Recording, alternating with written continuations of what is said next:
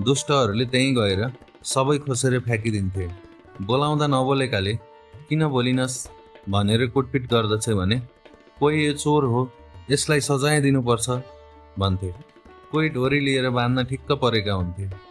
कोही यो पापी हो, अपराधी हो, ठगा हो भन्दै यो धन सकिएर बौला भएर हिँडेको हो र यसलाई घर परिवारले पनि घरमा बस्न नदिएर घर निकाला गरेर धपाएको भन्दै कतै पनि बस्न दिँदैनथे।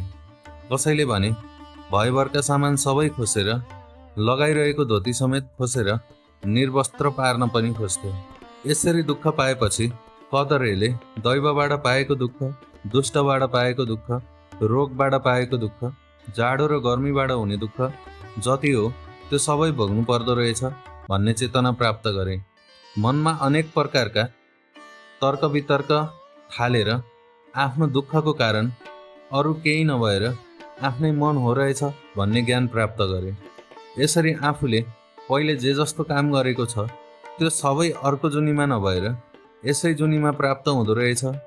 मैले लोभ गर्नाले यही जुनीमा दुःख पाएँ भने अब अर्को जुनी म कसरी भोग्ला र? त्यो त थाहा पाउने कुरो पनि त होइन। ती कदरे यसै जुनीको मेरो कर्मले यस्तो भएको हो भन्ने निष्कर्षमा रहे।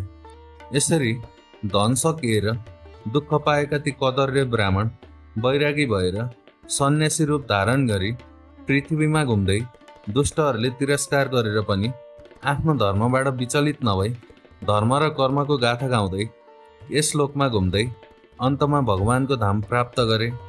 धन्यवाद।